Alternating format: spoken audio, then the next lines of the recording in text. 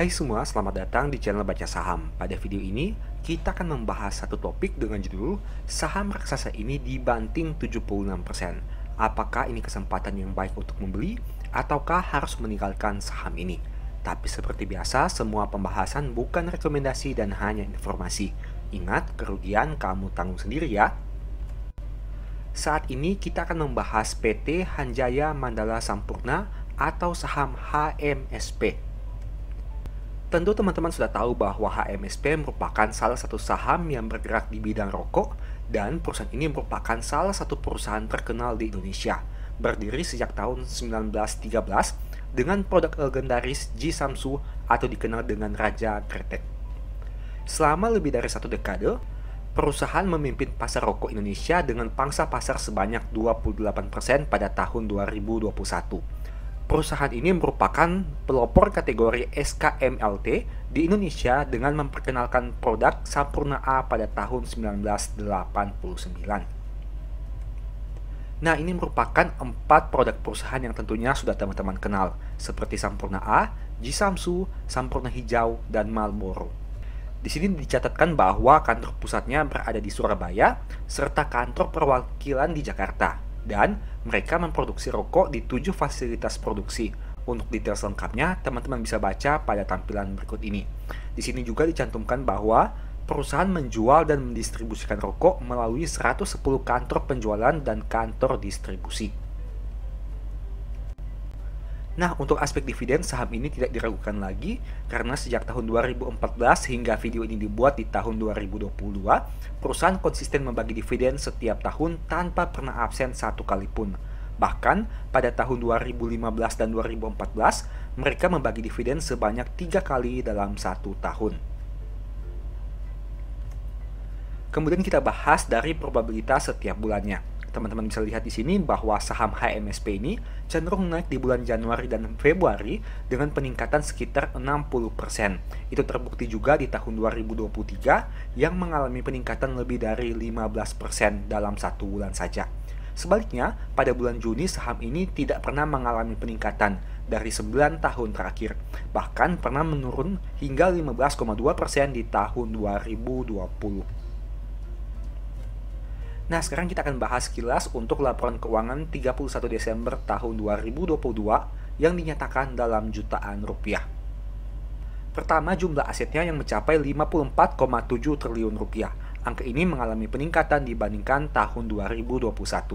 Jika kita lihat di sini, aset terbesarnya berasal dari persediaan sebanyak 18,3 triliun rupiah, dan ini juga mengalami peningkatan dibanding tahun sebelumnya.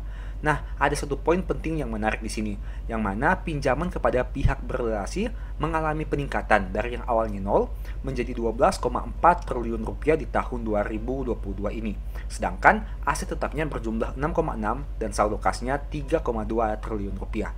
Di sini teman-teman harus mempertimbangkan lagi untuk komponen pinjaman kepada pihak berrelasi sebanyak 12,4 triliun rupiah dan teman-teman bisa lihat itu di catatan kaki perusahaan. Kemudian kita bahas dari aspek liabilitasnya dengan nominal 26,6 triliun rupiah. Angka ini juga tentu lebih besar dari saldo kas perusahaan dan tentunya mereka butuh sumber dana yang lain apabila ingin melunasi seluruh hutangnya. Mayoritas hutang berasal dari hutang cukai sebanyak 14,3 triliun rupiah. Dan hutang cukai ini merupakan salah satu komponen yang membuat laba perusahaan tidak bisa meningkat setiap tahunnya. Karena dari tahun ke tahun, biasanya beban cukai ini terus mengalami peningkatan. Poin berikutnya adalah ekuitas dengan total 28,1 triliun rupiah. Angka ekuitas perusahaan mengalami penurunan karena ada penurunan dari saldo laba yang belum dicadangkan dari 7,3 turun menjadi 6,3. Sayangnya, ada tambahan modal di store sebanyak 20,6 triliun rupiah. Di sini kita bisa lihat bahwa perusahaan belum mampu mendominasi ekuitasnya dengan saldo laba yang mereka miliki, sehingga mereka masih butuh tambahan modal di store. Sekarang kita masuk kepada laba rugi. Penjualan bersih mengalami peningkatan dari 98 menjadi 111 di tahun 2022. Begitu juga dengan beban pokok penjualannya yang mengalami peningkatan. Tapi karena peningkatan penjualan yang lebih besar, laba kotornya masih bisa tumbuh dari 16,8 naik menjadi 17,1. Nah, tapi beban penjualan dan beban umum administrasi punya kontribusi yang cukup besar, terlebih khusus untuk beban penjualannya yang mencapai 6,7 triliun rupiah dan beban umum administrasi yang mencapai 2,6 triliun rupiah. Hal itulah yang menyebabkan kenapa laba sebelum pajak mengalami penurunan dari 9,1 turun menjadi 8,2 triliun rupiah. Sekarang kita lihat untuk laba tahun berjalan yang mana mengalami penurunan dari 7,1 menjadi 6,3 triliun rupiah. Berikutnya kita akan bahas dari sisi historical EPS yang mana mengalami penurunan dibanding tahun 2021 dan kinerja di tahun 2022 menjadi yang terendah dalam 4 tahun terakhir.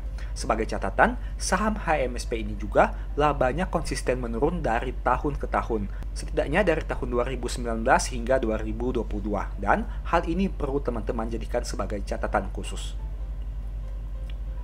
Nah, untuk hal ini sudah dibahas sebelumnya di mana mereka konsisten membagi dividen setidaknya hingga video ini dibuat.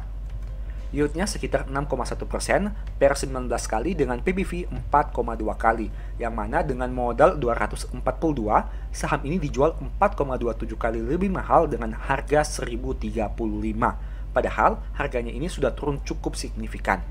NPM 5,6 dengan ROE 22,4%. Angka ROE dan NPM-nya tidak sejalan sehingga teman-teman harus analisa lagi di laporan keuangannya. Dan sayangnya, DER-nya juga sudah tinggi dengan angka 94%. Untuk harga saham dalam 5 tahun terakhir, seperti judul video ini, sudah turun sekitar 76%.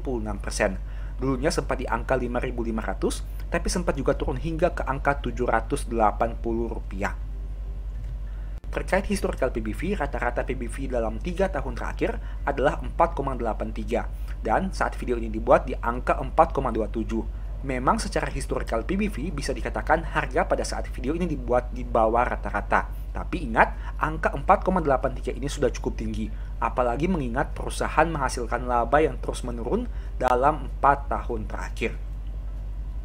Demikianlah pembahasan singkat saham HMSP. Selalu ingat bahwa video ini bukan rekomendasi dan hanya edukasi.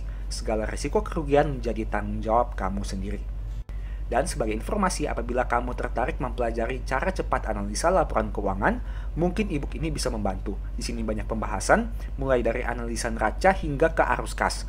Ada juga file Excel yang berfungsi sebagai fitur screening laporan keuangan secara otomatis. Apabila tertarik melakukan pembelian, silahkan chat saja di nomor WA yang tercantum ini. Oke, sekian video ini, semoga bermanfaat. Thank you.